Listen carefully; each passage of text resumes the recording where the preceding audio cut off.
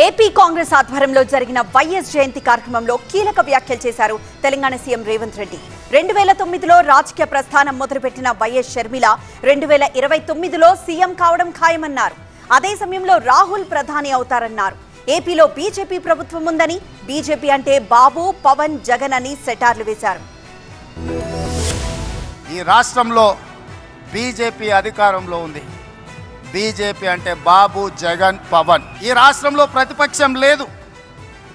ఈ రాష్ట్రంలో ఉన్నది మొత్తం పాలక పక్షమే. బాబు గారు మోడీ పక్షమే, జగన్ గారు మోడీ పక్షమే, పవన్ గారు మోడీ పక్షమే. మరి అంతా పాలక పక్షమైనప్పుడు ప్రతిపక్ష పాత్ర ప్రజా సమస్యల మీద మాట్లాడాలి, నిలదీయాలి, కొట్లాడాలి అని అంటే ఒక నాయకులు కావాలి.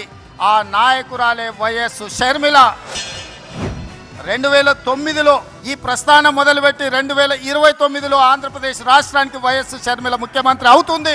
కార్యకర్తల త్యాగం, వైఎస్ షర్మిల పోరాటం ఊరికే పోదు. ప్రజలు నిశితంగా గమనిస్తున్నారు.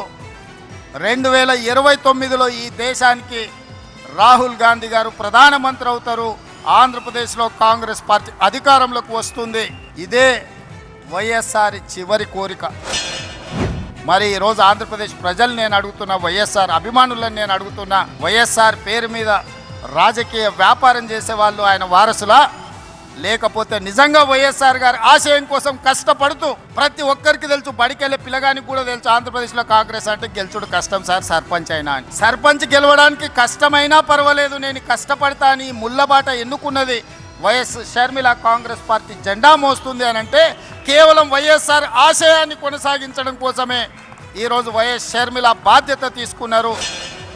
ఈ మధ్య టీవీలో, పేపర్లో చూస్తున్న కడప పార్లమెంట్కు ఉప ఎన్నికలు రావచ్చు అని. నిజంగానే ఉప ఎన్నికలు వస్తే ఊరూరు తిరిగే బాధ్యత నేను తీసుకుంటా.